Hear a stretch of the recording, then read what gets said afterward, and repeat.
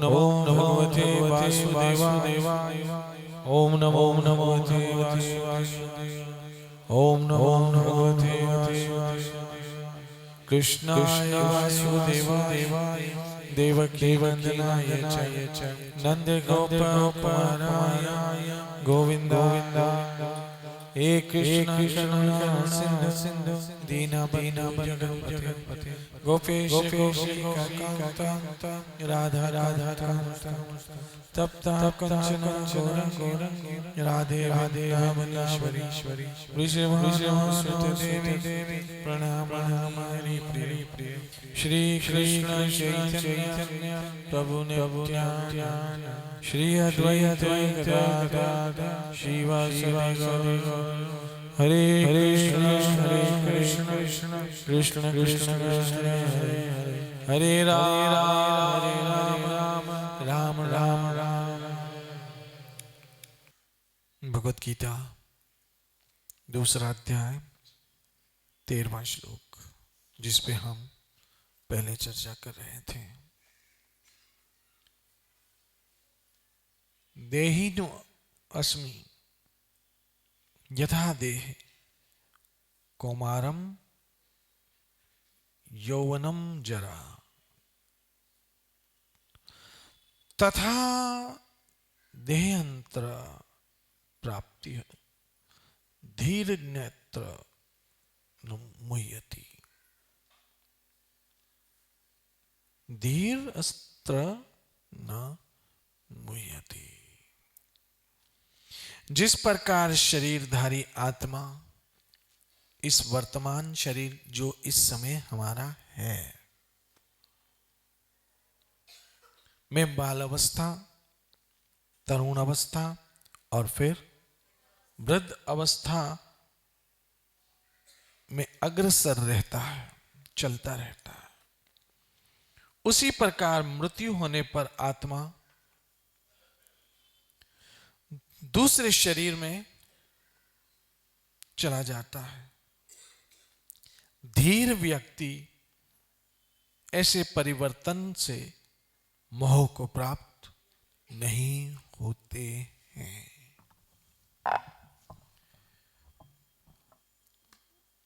तो मैं इस विषय पर चर्चा कर रहा था। बात एक प्रश्न से उठी थी, जीवेरा स्वरूप नित्य कृष्णदास।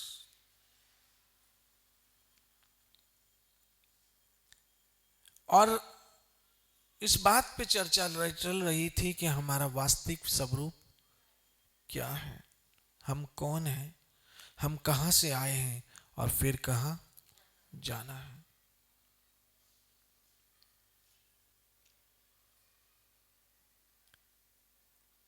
जब तक हमें हमारे स्वरूप का ज्ञान हो नहीं जाता है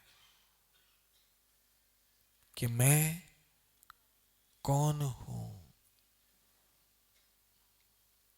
तब तक हम ईश्वर के साथ, भगवान के साथ अपने संबंध को नहीं समझ पाएंगे। हम अंधकार में हैं क्योंकि हमने स्वयं को वो समझा है जो हम हैं ही नहीं, और जो हम हैं वो हम जानते नहीं हैं। क्यों? कि जो हम हैं उसका हमें किसी ने परिचय ही नहीं कराया। बहनों, माताओं, मित्रों, खुद से खुद का परिचय जब तक नहीं होगा आत्म साक्षात्कार नहीं हो सकता है। खुद से खुद का इंट्रोडक्शन होना चाहिए। मैं कौन हूं?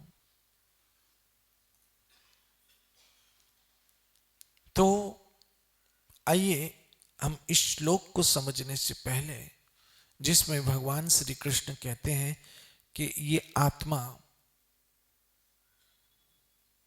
इस शरीर में बाल अवस्था,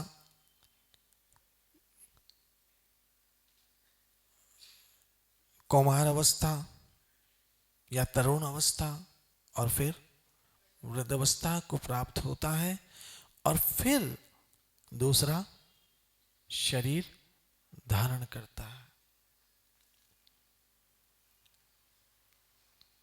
तो उस दिन मैंने आपको ये बात समझाने का प्रयास किया था कि हम ये शरीर नहीं है। अर्थात जो मिरर में दिखता है, जो हमें फोटो में दिखता है, जो कैमरे के द्वारा खींचा जाता है, जिसको हम समझते हैं कि ये हम हैं, वो हम नहीं है। और जो हम हैं वो ना किसी मिरर में दिखता है, ना किसी कैमरे में दिखता है, और ना ही उसकी कोई फोटोग्राफी कर सकता है। और उसका नाम है क्या? आत्मा। तो चलिए आज हम इसको समझने के लिए, जिसको कहते हैं स्वरूप साक्षात्कार, क्या कहते हैं? स्वरूप साक्षात्कार, अर्थात अपने स्वरूप का ज्ञान होना। दुर्भाग्य से मैं फिर कहूंगा, हमने खुद को वो समझा है जो हम हैं ही नहीं।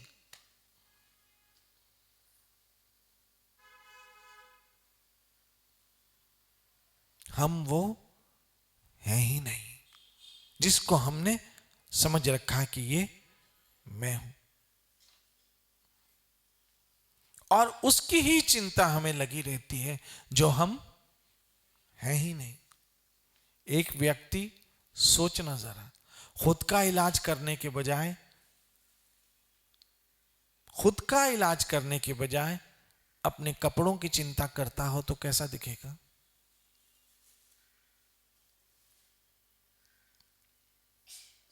खुद की चिंता करने के बजाय अपने कपड़ों की चिंता करता हो तो, खुद को बचाने के बजाय अपने कपड़ों को बचाता हो तो, इसी तरह से ये शरीर एक वस्त्र की तरह है। और भगवत गीता में कहा भी है, आगे के श्लोक आएंगे, और भगवत गीता में एक श्लोक तो ये स्पष्ट है कि जिस तरह से पुराने कपड़ों को छोड़कर नए कपड़े धारण किए जाते हैं, इसी तरह से आत्मा जीर्ण शरीर को छोड़कर नवीन शरीर धारण कर लेता।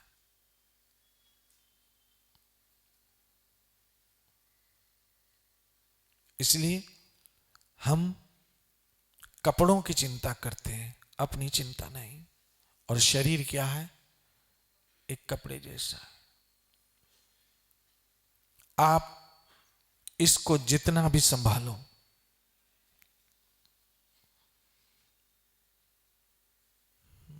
ये बूढ़ा होने वाला है, इस पे बुढ़ापा आने वाला है। आप चाहे कितनी अपनी प्लास्टिक सर्जरी करा लो, जितनी भी स्किन लिफ्टिंग करा लो, कॉस्मेटिक सर्जरी करा लो,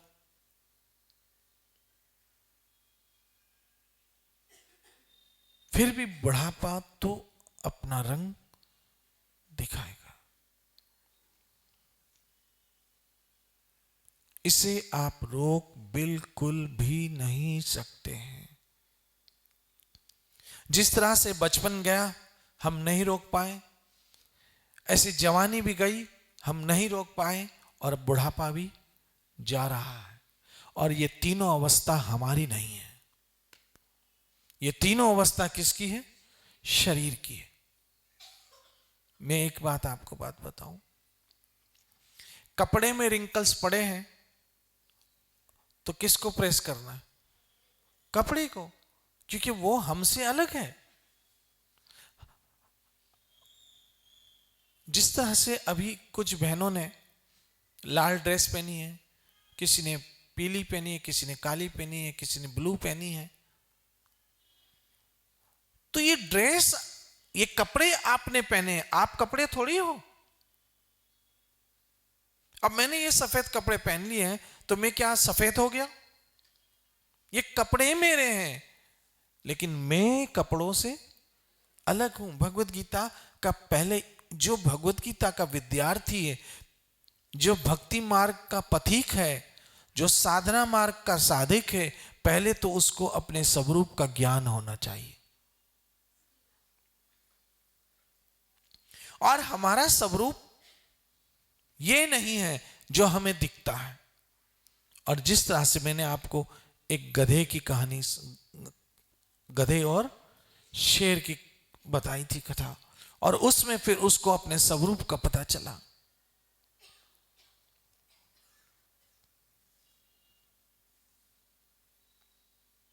हम जिसके हैं उसका पता चला,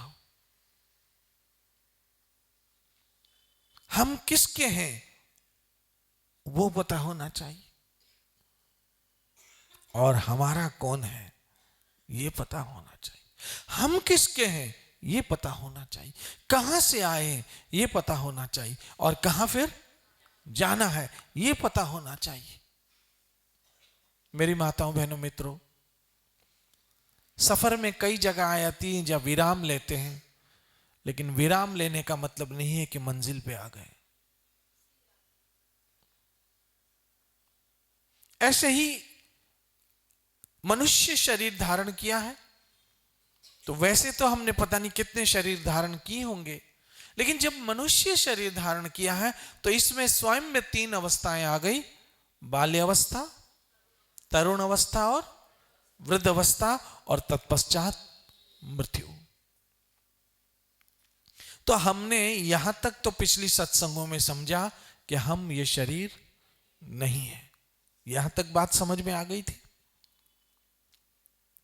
इसको चलो थोड़ा और मैं विस्तार से आगे समझाऊं, ताकि भली भांति हम इस बात को समझ ले कि हम ये शरीर नहीं है।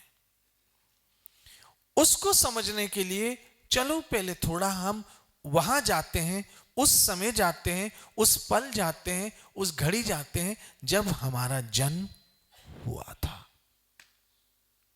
माताओं बहनों मित्रों, जब हमारा जन्म हुआ था तब हमारा क्या नाम था?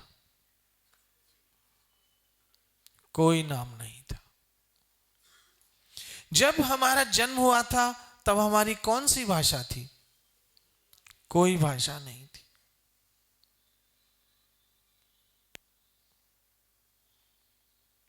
जब हम जन्म लेकर आए, ना हमारी भाषा थी, ना हमारा कोई नाम था। हम कौन थे? तो कहोगे स्त्री, कहोगे पुरुष, कहोगे लड़की, कहोगे लड़का। फिर आगे जाओ, और क्या थे? कहोगे हम इंसान थे। हम कौन थे? इंसान थे। जब हम जन्म लेकर आए तब हम इंसान थे। तो इंसान कैसे? 2 चीजें, एक शरीर और दूसरा शरीर में आत्मा। कोई उस समय तीसरी चीज? कोई कपड़े, कोई वस्त्र, कोई नाम, कोई ठिकाना, कुछ क्या? कोई कपड़े, कोई वस्त्र, कोई नाम, कोई ठिकाना, कुछ भी नहीं, कुछ भी नहीं। तब हम कौन थे? पता चला एक आत्मा और दूसरा शरीर, तीसरी कोई चीज नहीं थी। अब उस 2 में से हम कौन हैं? अगर हम कहेंगे आत्मा तो कैसे, और उसका प्रमाण क्या है? ये बहुत सीरियस विषय पे चर्चा चल रही है, क्योंकि यहीं से आपका आध्यात्मिक जीवन का आरंभ होगा। जब तक आपको अपना ही नहीं पता है, आप आगे क्या जाओगे? जब तक आपको अपना ही ज्ञान नहीं है, आप आगे क्या जाओगे? बहुत सीरियस टॉपिक है ये। तो हम क्या थे उस समय? इंसान। इंसान 2 सी चीजों से बना, एक जड़, दूसरा चेतन, मतलब एक आत्मा और दूसरा शरीर। अब इस आत्मा और शरीर में हम कौन हैं? तो एक आपको छोटा सा उदाहरण देता हूं। एक बच्चा पैदा हुआ। क्या हुआ? एक बच्चा पैदा हुआ। बच्चा पैदा हुआ, 2 आंखें, 2 हाथ, 2 कान, मुंह, नाक, 10 उंगलियां हाथ की, 200 उंगलियां पैर की, सर पे थोड़े से बाल।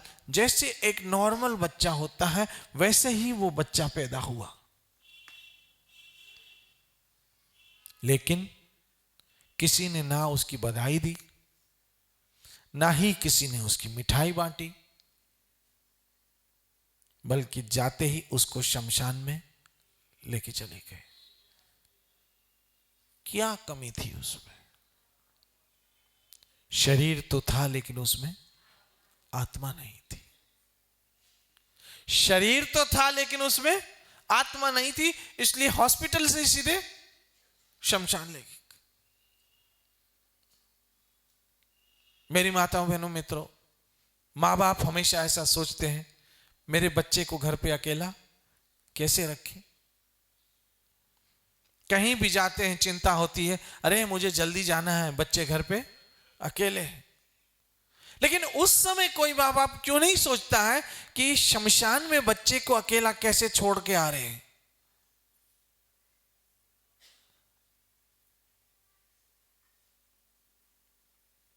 शमशान में हम बच्चे को मट्टी के हवाले कर रहे हैं, कैसे? कौन इसको संभालेगा? कौन इसको दूध पिलाएगा? कहीं कोई जानवर इसको खा ना जाए, कहीं ये बच्चा रोए ना, डरे ना, चिल्लाए ना, कुछ हो ना जाए, ये चिंता नहीं होती है, बल्कि उसको जाके मट्टी में डाल के आ जाते। क्यों? कान तो उसके 2 ही थे, नाक भी था, 2 आंखें भी थी, होंठ भी थे, मुंह भी था, 10 उंगलियां हाथ की, 10 उंगलियां पैर की, जो होना चाहिए सब कुछ था, लेकिन एक चीज नहीं थी, और वो कौन था? आत्मा।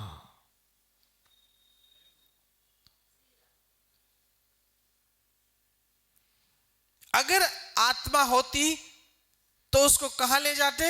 घर ले जाते, लालन पालन करते, बधाइयां देते, मिठाइयां बांटते, छठी करते और उसका नामकरण होता। लेकिन आज ना नामकरण है, ना छठी है, ना बधाई है, ना लालन पालन है, और सीधा उसको कहां ले गए? शमशान। क्या फर्क था? एक ही वस्तु नहीं थी, और वो आत्मा। इसी तरह से हम आज यदि हम में से इस क्षण आत्मा निकल जाए, इस समय हो रहे हैं 10:30, अगर 10:30 बजे आत्मा निकल जाए, शाम को 5:30 बजे तक तो जला के समाप्ति हो चुकी होगी।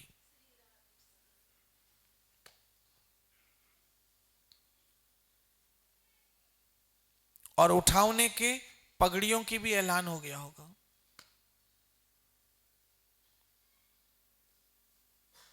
अरे 10:30 बजे तक तो इसको आप खाना पीना पूछ रहे थे, चाय पानी पूछ रहे थे, आना जाना पूछ रहे थे, और अब क्या हो गया कि उसको विद इन आवर्स, कुछ ही घंटों में जाके जला दिया, क्योंकि उसमें से आत्मा निकल गई। जो वो था, जो वो था। एक लड़की, मान लो दुनिया की सुंदर में सुंदर स्त्री है, उसके नक्श सुंदर, फिगर सुंदर, फीचर सुंदर, रंग सुंदर, बाल सुंदर, जो जो आप कल्पना कर सकते हो वो सब के सब सुंदर, लेकिन उससे कोई शादी नहीं करेगा अगर उसमें आत्मा ना हो तो। आत्मा हो तो जिन्नड़ी से शादी कर ले, आत्मा ना हो तो सुंदरी से ना करे।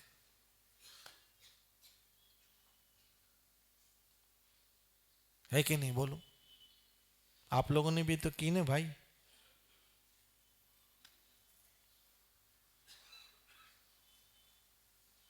आत्मा ना हो तो सुंदरी से कोई शादी ना करे, और आत्मा हो तो जिंदड़ी से भी कर ले। और कईयों ने की है, अब बोलेंगे नहीं वो।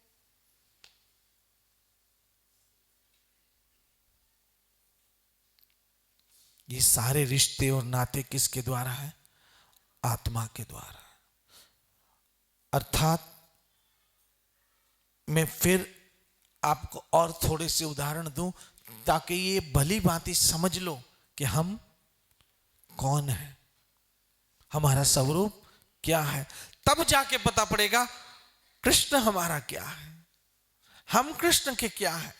और जिसको हम अपना समझ रहे हैं वो तो शायद हमारा एक सपना है, अज्ञान है। मान लीजिए हाथ में दर्द है,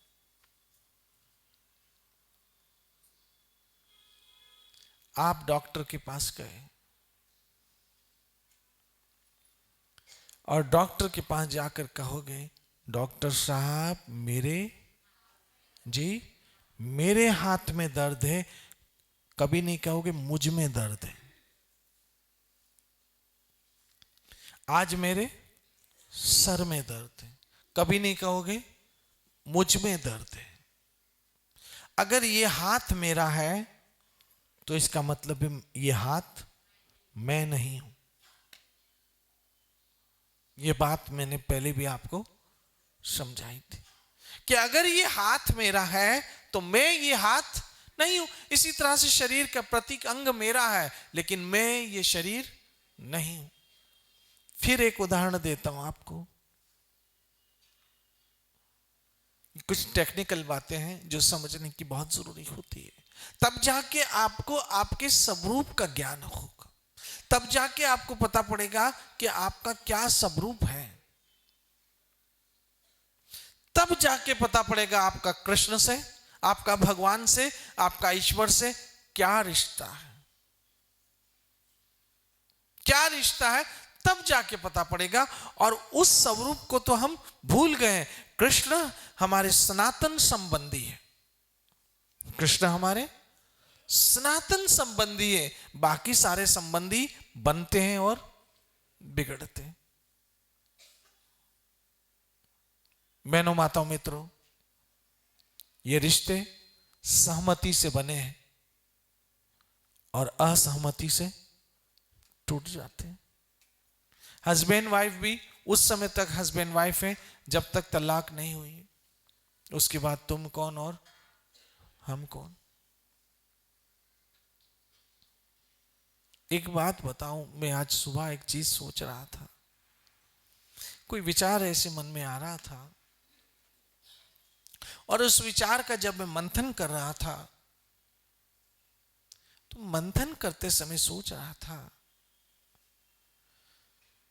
कि चाहे कितने ही लोग साथ क्यों ना हो, लेकिन दर्द उसी को होता है जिसको चोट लगती है। चाहे कितने ही लोग अपने साथ क्यों ना हो, लेकिन उस दर्द का एहसास तो उसी को होगा जिसको चोट लगती है।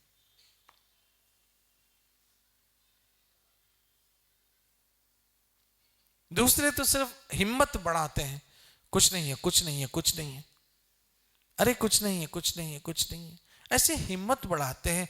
लेकिन दर्द उसी को होता है जिसको चोट लगती है, और वो दर्द कोई लेने वाला भी नहीं है। ऐसा कभी नहीं होगा कि हमारे घर वाले हमसे कहेंगे तुझे कहां दर्द है, आपको कि मुझे सर में दर्द है, बोला रुक ट्रांसफर कर रहा हूं। और थोड़ी देर में आप सोचो हाँ मेरा दर्द गया, और सामने वाला बोलेगा मैंने तुम्हारा दर्द ले लिया। ऐसा होने वाला नहीं है। जिसको चोट लगी है दर्द खाली उसी को होगा, बाकी तो सब बातें करने वाले हैं।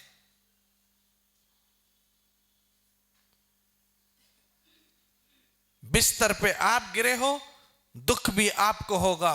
दूसरे तो सिर्फ दवाई लाने वाले और ले जाने वाले हैं, लेकिन उसमें दर्द बांटने वाला कोई नहीं।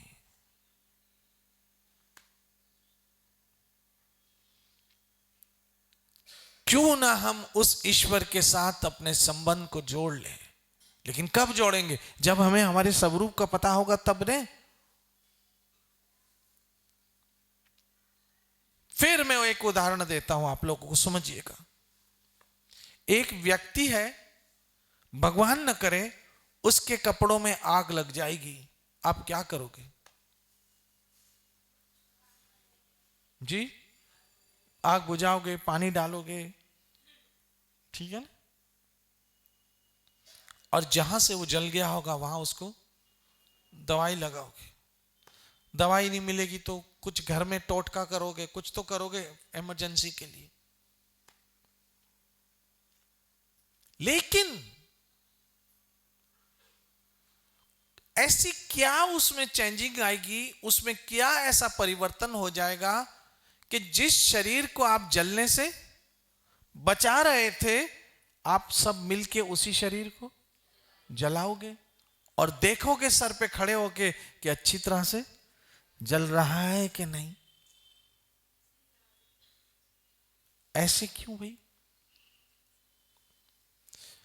कुछ महीनों पहले उसके शरीर में तो छोड़ दो, उसके कपड़ों में आग लगी तो आप लोगों ने हाहाकार किया और उसको बचाया, पानी डाला, मट्टी डाली, कंबल डाला, कुछ भी डाला ताकि वो जले नहीं।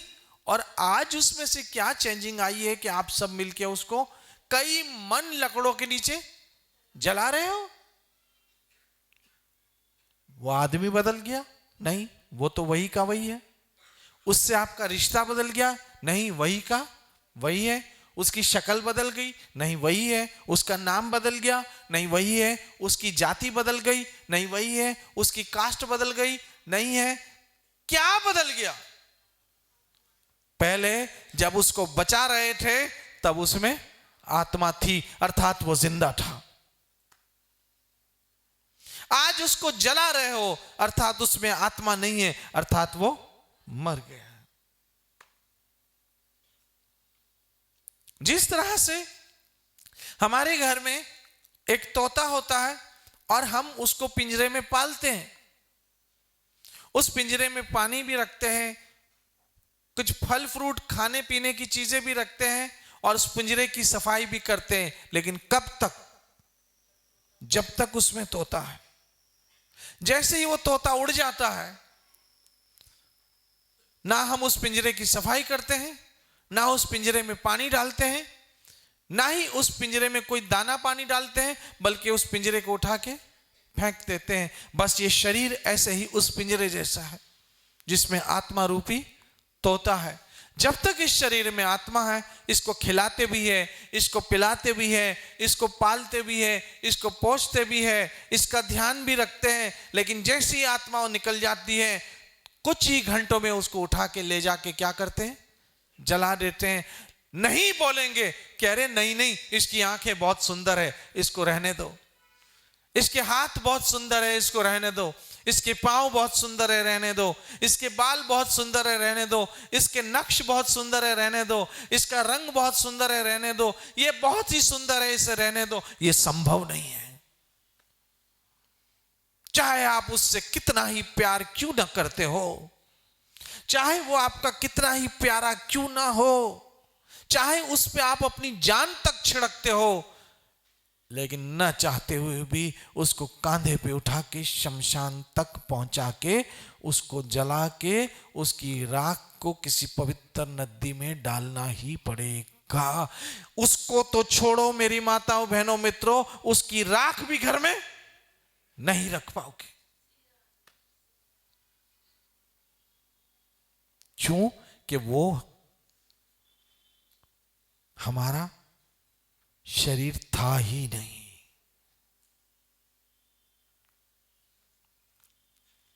जब भगवान श्री राम ने बाली का वध किया,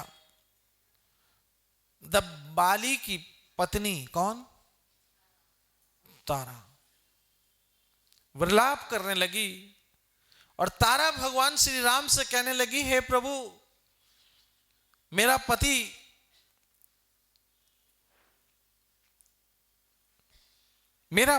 मर गया। और विलाप करने लगी। तब भगवान श्री राम ने कहा, हे तारा, पहले ये तो सोचो कि तुम्हारा पति था कौन। अगर तुम समझती हो कि शरीर, तो वो तो कहीं गया नहीं, ये पड़ा है चादर ओढ़ के, देखो तुम्हारे सामने। लोग जब कहीं कोई मर जाता है तो लोग ऐसे रोते रोते कहते ना, हाय मेरी मां चली गई। कभी कभी बच्चे कहते हैं, हमारे लाड प्यार करने वाला पापा हमारा चला गया। कहां चला गया? वो तो जैसे रोज सोता था आज भी सोया हुआ है, और जैसे रोज चादर ओढ़ता था आज भी चादर ओढ़ के सोया है, और जिस बिस्तर में सोता था उसी बिस्तर में सोया हुआ है। फिर किसको बोलते हो चला गया? कौन चला गया? वो तो सोया हुआ है, घर में ही है। हे तारा, यदि तुम समझती हो कि ये शरीर तुम्हारा पति है, तो ये तो सोया हुआ है, ले जाओ इसको घर पे। ये तो कहीं गया ही नहीं है, ये रहा। और यदि तुम समझती हो कि आत्मा तुम्हारा पति है, तो वो तो कभी मरता ही नहीं। जिसको ज्ञान हो जाता है, रामकृष्ण परमहंस की पत्नी को ज्ञान हो गया, माता शारदा को। जब रामकृष्ण परमहंस ने समाधि ले ली, तब वो ऐसे ही मांग भरती थी। क्यों? कि लोगों को कहती थी, मेरा पति मरा ही नहीं है, मेरा पति तो अजर अमर अविनाशी आत्मा है, जो कहीं गया ही नहीं। जिसको ज्ञान हो जाता है उसे पता है कि वास्तव में कोई मरता ही नहीं है। क्यों? कि आगे जाके गीता में श्री कृष्ण कहते, आत्मा को कोई जला नहीं सकता है, आत्मा को कोई भिगो नहीं सकता है, आत्मा का कभी छेदन नहीं हो सकता, आत्मा के कभी टुकड़े नहीं हो सकते, आत्मा का कभी विभाजन नहीं हो सकता। आत्मा अजर अमर अविनाशी है। तो अब प्रश्न उठता है, जब आत्मा को कुछ हो नहीं सकता है, आत्मा अजर अमर अविनाशी है, तो फिर मरता कौन है? और मौत हम किसे कहेंगे? What is the definition of death? ये हम कल पे छोड़ देते हैं। कल हम चर्चा करेंगे मरता कौन है, मौत किसको आती है, और जब मौत आती है तो उस आत्मा का सफर फिर क्या होता है। ये कुछ ऐसे क्वेश्चन हैं जिसके आंसर हमारे पास जरूर होने चाहिए। सबसे पहले तो हमें यह समझ लेना चाहिए कि मैं ये शरीर नहीं हूं, मैं आत्मा हूं। अब आत्मा क्या है, आत्मा कौन है, आत्मा कहां से आई, आत्मा कहां जाएगी, ये ऐसे क्वेश्चन हैं जिसके ऊपर मैं कुछ दिन और चर्चा करना चाहूंगा, ताकि कम से कम मरते समय, और एक बात तो पक्की है, मुझे हम सबों को एक दिन यहां से जाना है। हम में से कोई भी ऐसी व्यक्ति नहीं है जो यहां रहने वाली हो। सब खींचेंगे खींचेंगे, कहां तक खींचेंगे? खींच खींच के खींच खींच के खींच खींच के भी 100 साल, फिर और 100 साल भी कौन खींचेगा? 100 साल भी कौन खींचेगा? तो समझिए, एक दिन ये समाज हमें उठा के फेंक देगा और बाद में हमको भूल जाएगा, हमारा नाम भी भूल जाएगा। एक वक्त आएगा जब हमारी शक्ल भी भूल जाएगी। आज हम खुद बोलते हैं, दादी की शक्ल याद है हमें? नहीं, थोड़ी थोड़ी याद आती, क्योंकि बचपन में हमने दादी को देखा था, अब याद भी नहीं। तो समझिए, सबसे पहले तो हमें यह समझ लेना चाहिए कि मैं ये शरीर नहीं हूं, मैं आत्मा हूं। नित्य भजो हरे कृष्ण हरे।